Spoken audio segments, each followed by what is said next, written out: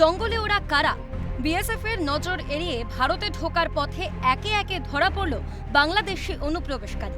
ওয়াকফ সংশোধনী আইনের বিরোধিতায় আগুন জ্বলেছে মুর্শিদাবাদে। এই পরিস্থিতিতে বাংলাদেশি কিংবা বহিরাগত প্রবেশের অভিযোগ ওঠে মুর্শিদাবাদে। এরই মাঝে জঙ্গলে বাড়ছিল আনাগোনা।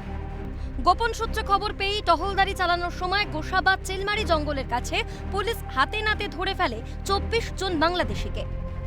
অভিযোগ, 5টি ছোট নৌকা করে ভারতের জলসীমা পেরিয়ে সুন্দরবন কোস্টাল থানার কুমিরমারিতে পৌঁছয়। ওখান থেকে বোটে চেপে লোকালয়ে ঢুকে পড়ার চেষ্টা করছিল অনুপ্রবেশকারীরা।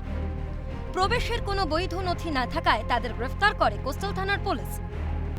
অনুপ্রবেশকারীদের মধ্যে 9 জন পুরুষ, 11 জন মহিলা ও বাকি 4 জন শিশু রয়েছে। ধৃতদের বাড়ি বাংলাদেশের সাতক্ষীরা, ফরিদপুর সহ বিভিন্ন জায়গায়। আনুমানিক 24 জন বাংলাদেশি ন্যাশনালস ওরা আমাদের ভারতে প্রবেশ করেছে জলপথের মাধ্যমে। আমরা খবর পাওয়ার সঙ্গে সঙ্গে আমরা ওখানে যাই, এদেরকে আমরা আটক করি, এদেরকে জিজ্ঞেস করা হয়। এরা কোনো ভ্যালিড ডকুমেন্টস, ভারতীয় যে কোনো নাগরিক হওয়ার কোনো ডকুমেন্টস এনারা দিতে পারেননি।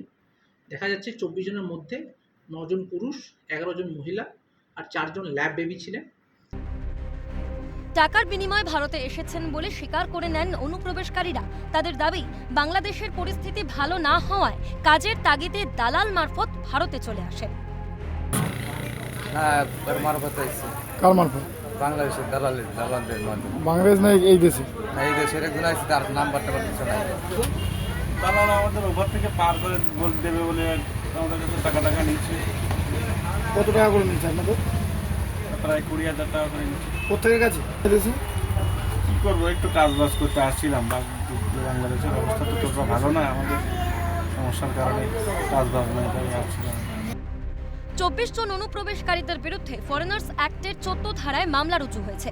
তবে কি কারণে অবৈধভাবে ভারতে প্রবেশ তা এখনো স্পষ্ট নয়। একদিকে যেমন মুর্শিদাবাদের পরিস্থিতিতে বাংলাদেশে অনুপ্রবেশকারীর প্রসঙ্গ উঠে এসেছে, তারপরই একসঙ্গে 24 জন বাংলাদেশি গ্রেফতারে বাড়ছে উদ্বেগ। দক্ষিণ 24 পরগনা থেকে হরিপদ মণ্ডল ও তমাল সরকারের রিপোর্ট, ক্যালকাটা নিউজ।